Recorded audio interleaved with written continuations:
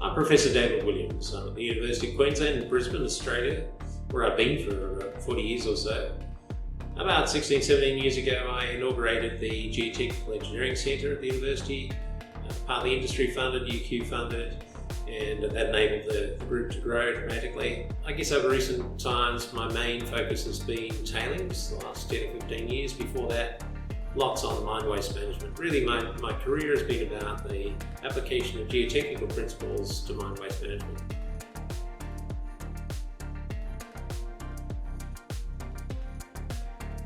Well, interesting question. I think soil mechanics is governed by a set of phase relationships which must be honoured. In other words, the left-hand side is going to be the right-hand side. We don't always check for that.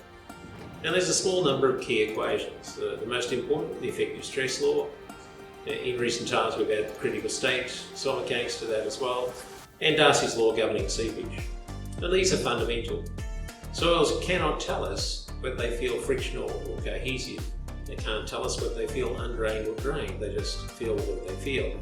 But these are constructs that we impose. We impose those particular parameters or conditions on soils so that we can analyse them, so we can do calculations of slope stability and bearing capacity. Even something simple like the so-called Moore-Coulomb strength criterion. It's not. It's actually the Coulomb strength criterion because it's actually a straight line of best fit. It dates back 250 years. Moore came along about 100 years after Coulomb. They never met, they never worked together. In fact, Moore is a curve. It's a curve of best fit to a series of Moore circles. That's just another example of some of the misrepresentations that get locked in over time. They just continue. There's no one measure of any geotechnical parameter that's perfect. We should conduct a range of appropriate tests and exercise judgment in coming up with design parameters and a range of parameters for use in calculations, not just a single value. Another example, the so-called direct simple shear device is actually a simple shear device. It's either direct or simple, it can't be both.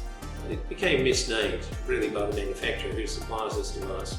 It's best applied to testing samples under cyclic shear to simulate seismic loading. Not so good for monotonic loading. Above all, geotechnical engineers should not limit themselves to putting single parameter values into an approximate equation.